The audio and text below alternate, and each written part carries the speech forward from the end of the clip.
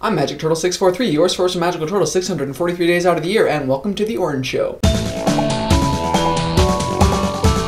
As anyone who knows me knows, I'm kind of a music snob. I'm not necessarily proud of it, but I am making a video about it, which I guess makes me necessarily proud of it. So I wanted to make a video apologizing for my self-righteous hipsterism. But that would be boring, so I'm making a video comprised of my top 5 complaints about modern music.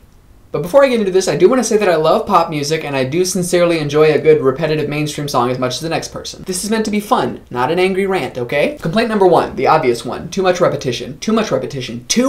Most pop songs follow the same verse-chorus structure that was invented centuries ago by Mozart in his popular R&B single, I Wanna Bump Dat Schnitzel. I may have some of the facts wrong, but I still see no reason why every single song out there needs to bounce back and forth between the same two pieces of music over and over again. Not only do I get bored of hearing the same verses and chorus, but once the songwriter writes those two sections, the song is essentially done. Except for the bridge, which is like the song admitting to the listener that it's getting boring, so it throws a single curveball at you to keep you from falling asleep. What's the solution? More through-composed songs, songs that go section by section without having to repeat. I've written down a few examples of great through-composed songs that I personally love that you should listen to, either on Spotify or search for them on YouTube. They are Chris Michael's by the Fiery Furnaces, Sound It Off by the Mates of State, Paranoid Android by Radiohead, Receptacle for the Respectable by Super Furry Animals, Moonjock by Animal Collective, Georgie's Lament by Of Montreal, parental discretion advised on that one, With the Dark by They Might Be Giants, and of course everyone's favorites, Happiness is a Warm Gun by the Beatles and Bohemian Rhapsody by Queen. Complaint number 2, romance lyrics. Too many songs, in my opinion, are straightforward, non-fiction, spill your guts emotional romps about either current or past relationships, typically breakups. I totally agree that songs should convey emotion and be an outlet for self-expression, but it's getting to the point where every single song seems to be telling the same story. I woke up and you weren't there, and then I cried some tears, and then I tried not to care, but I do,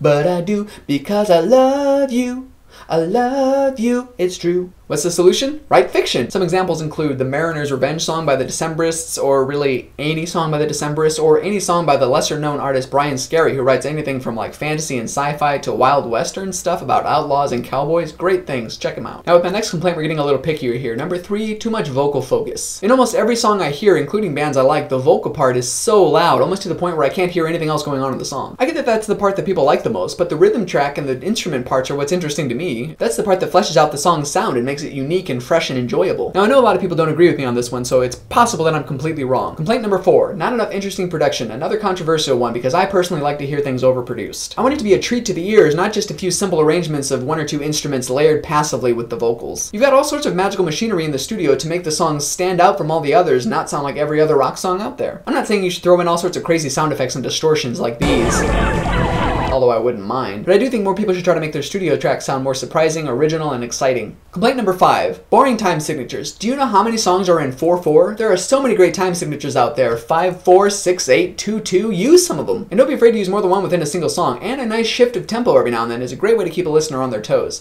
or on their ears. Now I'm imagining people standing sideways on their heads like this. And bonus complaint number 6, not enough slide whistle.